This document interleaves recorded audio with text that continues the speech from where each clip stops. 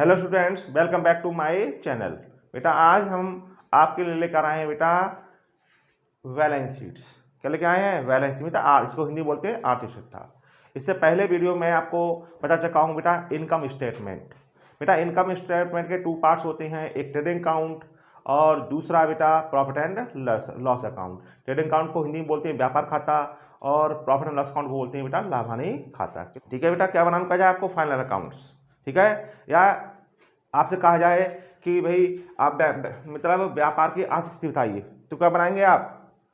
Balance sheets. क्या बनाएंगे? Balance sheets बनाएंगे। क्लियर नहीं क्लियर? तो बैलेंस शीट्स के बेटा दो क्रम होते हैं, एक होता है बेटा इन दी ऑर्डर ऑफ लिक्विडिटी और एक होता है बेटा इन दी ऑर्डर ऑफ परमानेंसिस। क्लियर नहीं क्लियर? इसे हिंदी में बोलते हैं बेटा चलता क्रम। क्या बोलते हैं इसे बेटा? इन ऑर्डर ऑफ लिक्विडिटी को बोलते हैं हिंदी में तरलता क्रम। तरलता क्रम। क्लियर? और इसे बोलते हैं बेटा स्थायित्व। स्थायित्व क्रम। स्थायित्व क्रम में। क्लियर नहीं क्लियर? और ये चलता क्रम में है। तो बेटा बैलेंस शीट बनाने के कितने मेथड हैं बेटा? दो मेथड हैं, एक इन ऑर्डर ऑफ लिक्विडिटी और दूसरा है इन ऑर्डर ऑफ परमानेंसिस मतलब चलता क्रम में, और दूसरा स्थायित्व क्रम में। बेटा चलता क्रम कौन कौन अपनाता है? एकाकी फर्म और साझेदारी कंपनियां, साझेदारी फर्म। बेटा तलता क्रम कौन अपनाती है बेटा? बैलेंस शीट का तलता क्रम कौन अपनाती है बेटा? एकाकी फर्म, सोल प्रोप्राइटर और पार्टनरशिप फर्म बेटा साझेदारी फर्म। क्लियर नहीं क्लियर? अब बेटा स्थायित्व क्रम कौन अपनाता है बेटा? कंपनी और सहकारी मतलब कोऑपरेटिव सोसाइटी। क्लियर बेटा? समझ में आ गया आप लोगों को? तो ये कौन अपनाएगा? क्लियर हुआ? तो बैलेंस शीट कितने रूप में बनाई जाती है बेटा? दो रूप में बनाई जाती है, इन ऑर्डर ऑफ लिक्विडिटी और इन ऑर्डर ऑफ परमानेंसिस। तो मैं इनका एक बेटा इस पर मतलब फॉर्मेट बना देता हूँ। क्या बनाता हूँ? फॉर्मेट। देखिए बेटा दोनों को बना देता हूँ फॉर्मेट में, आपको आमने सामने समझा दूंगा।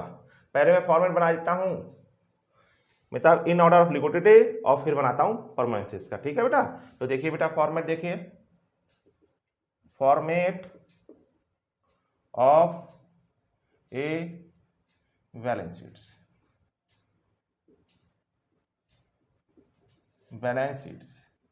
क्लियर? अब देखिए बैलेंस शीट्स। बेटा बैलेंस शीट्स एक पार्टिकुलर डेट को बनाई जाती है। बैलेंस शीट क्या बनाई जाती है बेटा? एक पार्टिकुलर डेट को बनाई जाती है। तो बैलेंस शीट्स एज ऑन कुछ भी बोल सकते हैं आप। अगर आपका कैलेंडर वर्ष है तो लिखेंगे 31 दिसंबर, और अगर आपका फाइनेंशियल ईयर है तो लिखेंगे 31 मार्च। क्लियर? तो balance sheet is a statement. Balance sheet क्या है? एक स्टेटमेंट है, अर्थात तो आर्थिक चिट्ठा एक विवरण है। ठीक है बेटा? एक निश्चित तिथि को बनाया जाता है। क्लियर? अब देखिए ध्यान से इसके टू पार्ट देखिए। इसमें बेटा डेबिट क्रेडिट नहीं होता, क्योंकि ये स्टेटमेंट है। यहां पर देखो बेटा, पहले लिखेंगे लायबिलिटीज। क्या लिखेंगे? लायबिलिटीज लिखेंगे। Amount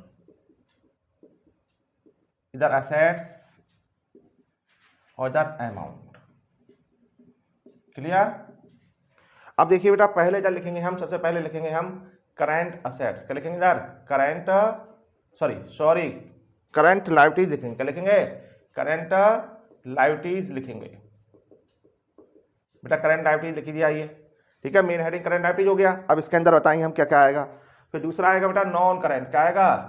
non current liabilities.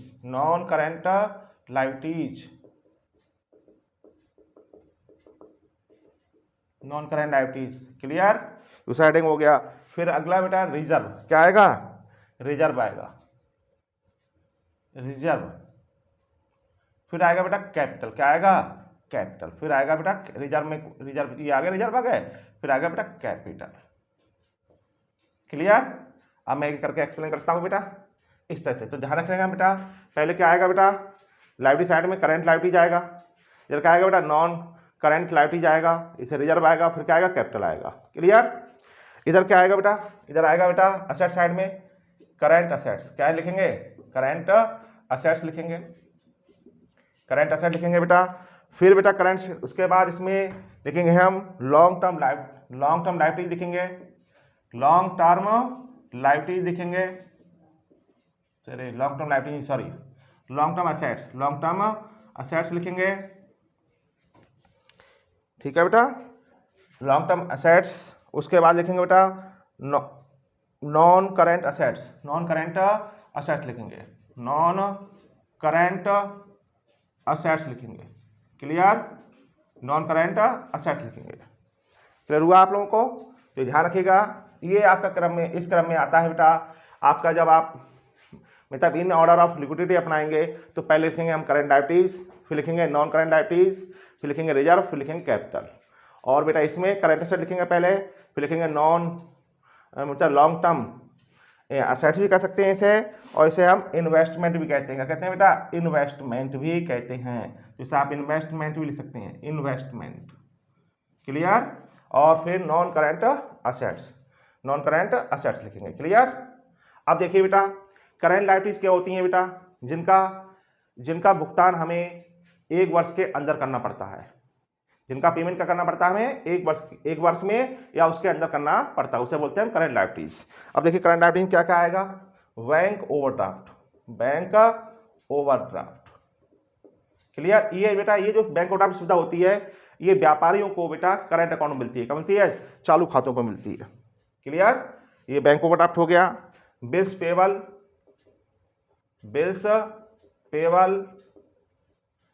Sundry creditors. ठीक है बेटा। आउटस्टैंडिंग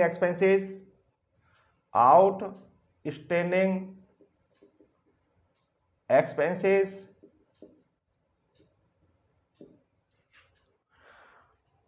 और बेटा अनअर्न्ड इनकम। हिंदी में बोलेंगे तो ये बैंक ओवरड्राफ्ट हो गया, ये देबिल हो गया, ये हो गए आपके विविध लेनदार हो गए, अयत्त व्यय हो गए, और अनुपालित आय हो गई। ठीक है बेटा। तो करंट लायबिलिटीज क्या क्या आएगा, बैंक ओवरड्राफ्ट आएगा, इसे बैंक अधिग्रहण बोलते हैं हिंदी में। बिल्स पेबल को बोलते हैं बेटा बिल, और सिंडिकेटर्स को हिंदी में बोलते हैं विविध लेनदार। आउटस्टैंडिंग एक्सपेंस को बोलते हैं बेटा हिंदी में अयत्त व्यय, और अनअर्न्ड इनकम को बोलते हैं अनुपालित आय। अब नॉन करंट लायबिलिटीज, जिनका पेमेंट हमें 1 वर्ष या उसके बाद करना है, उसे बोलते हैं हम नॉन करंट लायबिलिटीज। इसमें आते हैं हमारे बेटा डिबेंचर्स आते हैं, क्या आते हैं, डिबेंचर्स आ जाते हैं, और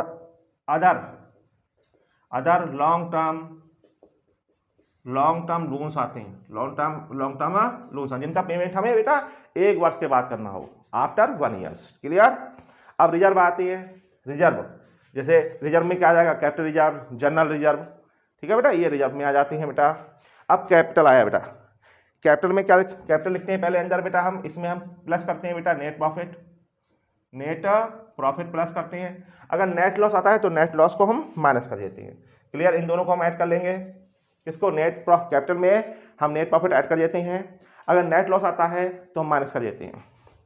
क्लियर। इसमें क्या माइनस करते हैं बेटा, लेस ड्राइंग्स माइनस कर देते हैं। ठीक है बेटा। अगर बेटा मान लीजिए अगर इनकम टैक्स है, लाइफ इंश्योरेंस प्रीमियम है, तो ये भी बेटा कैपिटल में से माइनस हो जाते हैं। क्लियर। तो ध्यान रखिएगा आप लोग।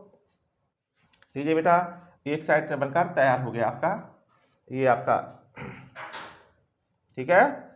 अब देखिए ध्यान से, अब करंट असेट्स क्या आएगा बेटा, इधर देखिए एसेट साइड में, करंट असेट्स में क्या आएगा, कैश इन हैंड है। क्लियर। और कैश एट बैंक है,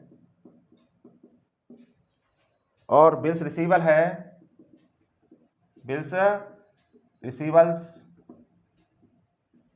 सन्ड्री डेटर्स हैं, और स्टॉक है बेटा, मतलब इसे बुक डेट्स भी बोलते हैं, क्लोजिंग स्टॉक है, क्लोजिंग स्टॉक है, क्लियर। और प्रीपेड एक्सपेंसेज हैं, प्रीपेड एक्सपेंसेज हैं, और बेटा एक्रूड इनकम है, एक्रूड इनकम है, ठीक है बेटा, एसेट्रा। ये हाँ, और हाँ एक बेटा और short term investment, short term investment, short term investment इसी में आता है बेटा, एसेट्रा। ठीक है बेटा, समझ में आ गया।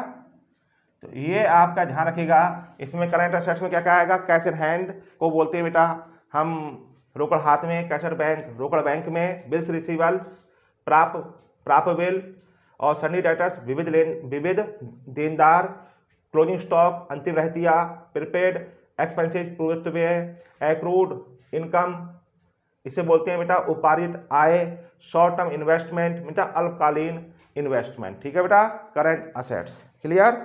चालू संपत्तियां, इसे हिंदी में बोलते हैं बेटा चालू संपत्तियां। अब लॉन्ग टर्म इन्वेस्टमेंट में बेटा, लॉन्ग टर्म इन्वेस्टमेंट, ये बेटा लॉन्ग टर्म इन्वेस्टमेंट लिख देना बेटा, इसमें लॉन्ग टर्म इन्वेस्टमेंट आता है, क्लियर। अब देखिए बेटा non current assets, non current थोड़ा ऊपर लिख देते हैं इसको हम, non current assets, non current assets बेटा, नॉन करेंट से देखिए बेटा इसमें क्या क्या आएगा, फर्नीचर्स है, फर्नीचर है, आपका लूज टूल्स है, लूज टूल्स है, क्लियर। और मोटर व्हीकल है, मोटर व्हीकल है, क्लियर। और प्लांट एंड मशीनरी है, प्लांट एंड मशीनरी है, और लैंड एंड बिल्डिंग है,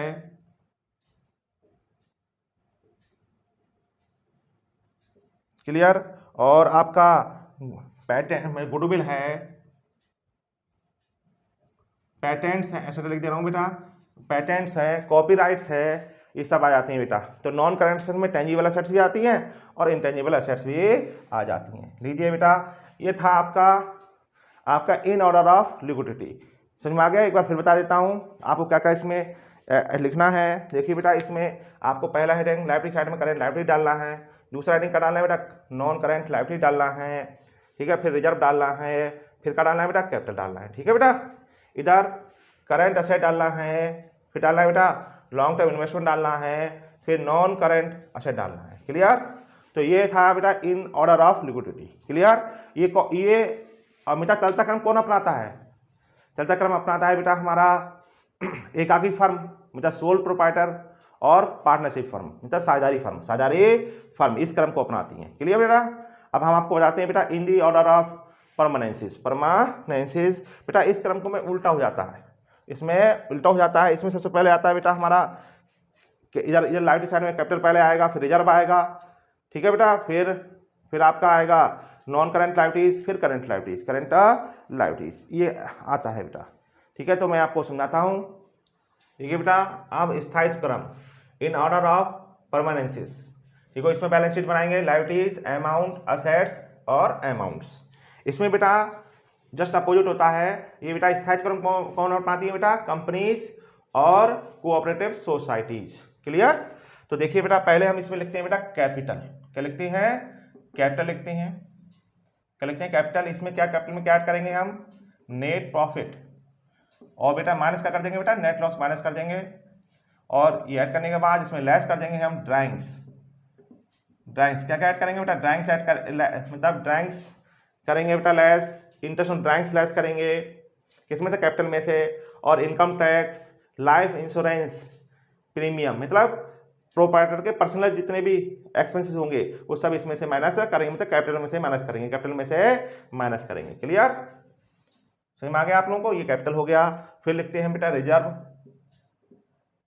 रिजर्व लिखते हैं, रिजर्व्स, क्लियर। उसके बाद हेडिंग पड़ेगा बेटा non current liabilities, non current liabilities पड़ेगा बेटा, हेडिंग पड़ जाएगा नॉन करेंट लायबिलिटीज।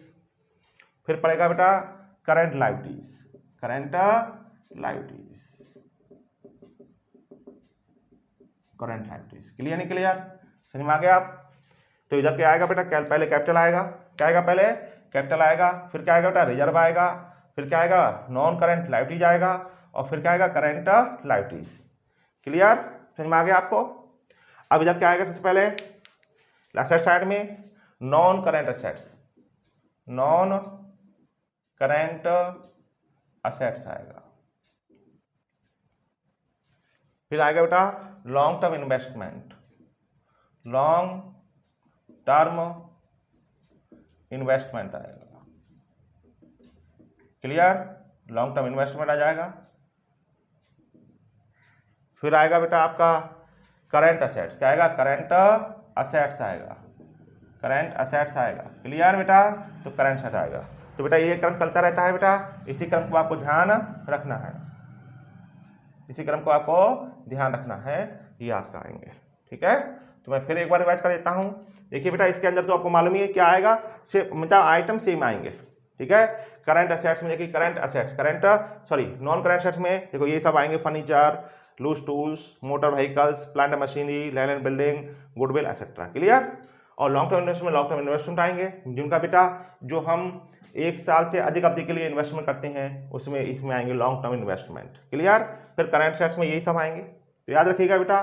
तो पहले नॉन करंट असेट्स, फिर लॉन्ग टर्म इन्वेस्टमेंट्स, फिर करंट असेट्स। क्लियर, अब इसमें कैपिटल आएगा, कैपिटल नेट प्रॉफिट जोड़ देंगे, अगर लॉस होगा नेट लॉस तो माइनस कर देंगे, और लेस ड्राइंग्स, लेस ड्राइंग्स। और क्या लेस होगा बेटा कैपिटल में से, मतलब स्वामी के personal expenses, personal expenses. Clear, और रिजर्व, फिर नॉन करंट लाइबिलिटीज, फिर करंट लाइबिलिटीज।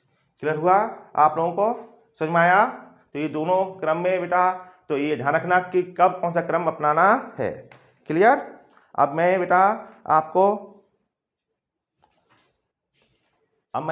कुछ शब्दों का यहाँ पर अर्थ बता देता हूँ। देखिए बेटा, जैसे fix assets, fix assets, fix किसे कहते हैं बेटा, इससे बेटा नॉन करंट असेट्स को, नॉन करंट असेट्स को हम फिक्सेड भी कहते हैं। तो देखो non current assets, non current assets में क्या क्या आता है, देखिए बेटा, वह संपत्ति जो व्यापार में स्थायी रूप से अथवा निरंतर उपयोग में लाने के लिए प्राप्त की जाती है, मतलब स्थायी रूप से या निरंतर प्रयोग करने के लिए, निरंतर प्रयोग करने के लिए प्राप्त की जाती है, उसे क्या बोलते हैं हम, non current assets, non current assets बोलते हैं। जैसे लैंड है, लैंड एंड बिल्डिंग है, प्लांट मशीनरी है, एक्सेट्रा। क्लियर, समझ में आ गया? तो नॉन करंट असेट्स किसे कहते हैं, जो संपत्ति व्यापार में स्थायी रूप से, मतलब फिक्स रूप से और निरंतर प्रयोग के लिए प्राप्त की जाती है, उसे हम बोलते हैं बेटा non current assets, non current assets बोलते हैं। क्लियर, अब हमारी करंट असेट्स क्या होती हैं? करंट असेट्स ऐसी संपत्ति जो विक्रय के लिए प्राप्त की जाती हैं, विक्रय के लिए प्राप्त, मतलब करंट असेट्स में क्या कहा, जो संपत्तियां जो विक्रय के लिए प्राप्त की जाती हैं। क्लियर नहीं क्लियर? जैसे हमारा स्टॉक है, बिल्स रिसीवेबल हैं, डेटर्स हैं, सनी डेटर्स हैं, कैश है। क्लियर नहीं क्लियर? और स्टोर्स है, एक्सेट्रा। क्लियर नहीं क्लियर? समझ में आ गया? इस प्रकार की संपत्ति व्यापार में सदा के प्रयोग के लिए नहीं प्राप्त की जाती, बल्कि विक्रय द्वारा तुरंत नगद रुपए में परिवर्तित करने के लिए रखी जाती हैं। क्लियर नहीं क्लियर? समझ में आ गया आप लोगों को? ठीक है बेटा। तो बेटा ये आपको, मैं उम्मीद करता हूँ बेटा ये आपको हमारे बैलेंस शीट का फॉर्मेट आपको समझ में आया होगा। ठीक है बेटा, इसको लर्न करिए और समझिए। अगर आपको कोई प्रॉब्लम हो तो मुझे कमेंट करके बताइए। ठीक है बेटा, और मेरे लेक्चर को आप शेयर करें और लाइक करें, और बेटा जिन्होंने अभी तक हमारे चैनल को क्या नहीं किया है, सब्सक्राइब नहीं किया है, तो बेटा सब्सक्राइब करें। ठीक है बेटा, थैंक यू।